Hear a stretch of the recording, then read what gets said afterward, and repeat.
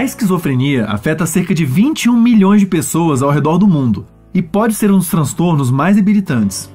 As dificuldades profissionais, sociais e afetivas levam muitas vezes a pessoa a se isolar ou ser abandonada pela família e amigos. Os principais sintomas da esquizofrenia são os delírios, as alucinações e o pensamento e fala desorganizada.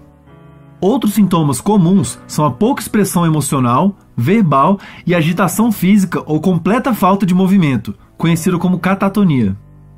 Mas pessoas com esse diagnóstico podem apresentar só alguns ou todos os sintomas em diferentes níveis de gravidade. Por isso, a mera presença de alguns sintomas não significa que alguém tem esquizofrenia, já que muitos critérios também são usados, como frequência, gravidade e duração de cada sintoma.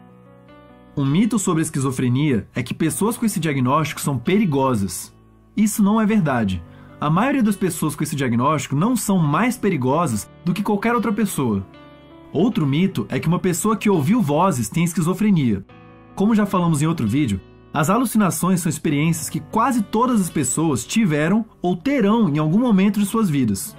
Além disso, algumas drogas podem induzir alguém a vivenciar alucinações temporariamente. Alucinações são experiências perceptuais que alguém tem sem que haja um estímulo no ambiente que corresponda à sua percepção, como ver algo sem que haja nada ali. Ou seja, é uma percepção sem o estímulo externo. Elas podem ocorrer com qualquer fonte de sensações, ou seja, podem ser visuais, auditivas, táteis, olfativas, entre outras. Independente disso, uma alucinação não é a mesma coisa que interpretar incorretamente um estímulo do ambiente, mas sim, por exemplo, ouvir uma voz sem que um som de voz tenha sido realmente emitido no ambiente. O conteúdo das alucinações pode variar bastante, indo desde coisas inofensivas até ouvir vozes que sugerem ações. Mas ouvir uma voz não significa que a pessoa vai obedecê-la. Já os delírios são crenças irrealistas, rígidas e que a pessoa tem muita dificuldade de analisar de maneira crítica. Os delírios prejudicam muito a convivência social e a rotina da pessoa. O assunto da crença pode ser quase qualquer um, mas alguns dos temas mais comuns são os de desconfiança, perseguição, influência e grandeza. Uma pessoa com delírio pode acreditar que os seus órgãos internos foram tirados e trocados pelos de outra pessoa, mesmo que não existam marcas no seu corpo disso, que existem pessoas tramando algo para prejudicá-la, ou que outras pessoas podem ler sua mente se essa pessoa a olhar diretamente nos olhos.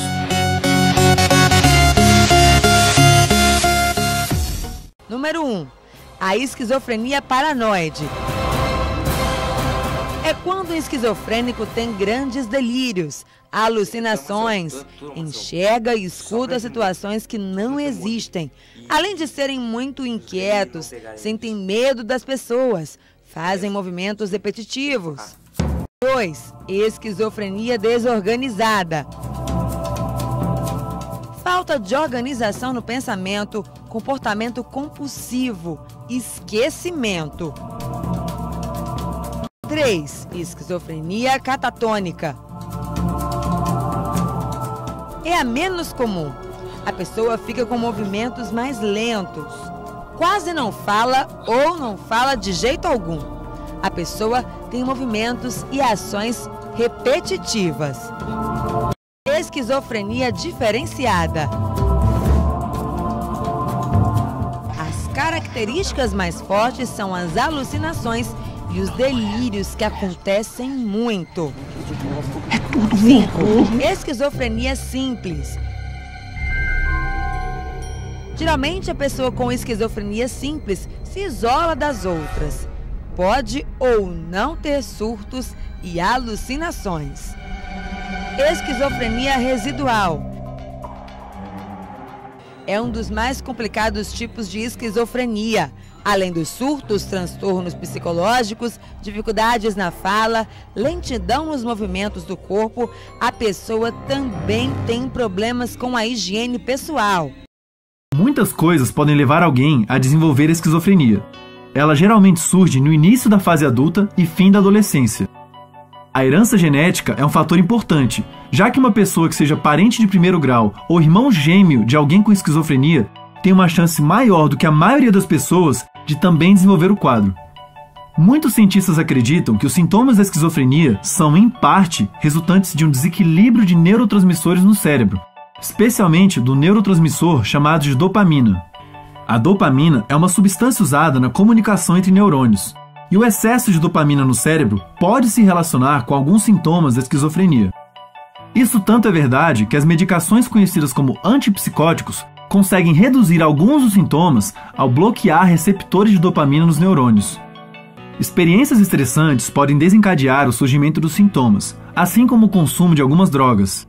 Por exemplo, algumas pesquisas indicam que o consumo de maconha se relaciona com maiores chances de apresentar sintomas de esquizofrenia em pessoas que já possuem uma predisposição familiar ou de piorar alguns sintomas de quem já desenvolveu o quadro.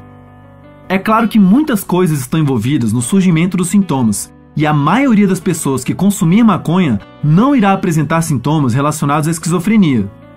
Mas não é recomendável o uso de maconha e algumas outras drogas, como a ayahuasca, por parte de pessoas com histórico na família de casos de esquizofrenia.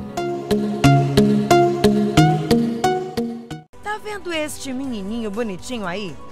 Ele é o ator Jake Lloyd, quando tinha 10 anos.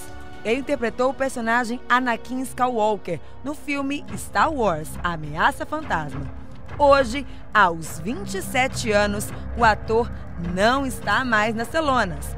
Ele estava preso por direção perigosa e, nesta semana, foi transferido da cadeia para uma instituição psiquiátrica. Os médicos diagnosticaram Jake com esquizofrenia. A esquizofrenia é uma doença que já atingiu vários escritores famosos, como um dos maiores escritores de best-seller do mundo, Sidney Sheldon. Uma outra escritora famosa também teve a doença. Foi a escritora Agatha Christie. O ator Heath Ledger, que interpretou o Coringa no filme Batman, O Cavaleiro das Trevas, não matou ninguém, mas acabou morrendo após o uso e mistura de muitas drogas com remédios. Muitos amigos do ator falam que o comportamento dele mudou muito depois que interpretou o personagem Coringa.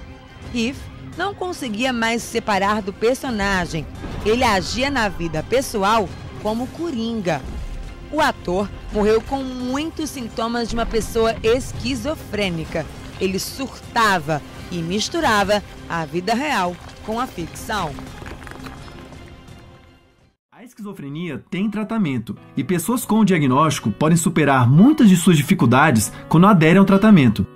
Ele pode envolver o uso de medicações, psicoterapia, intervenções com a família da pessoa, dentre outras coisas.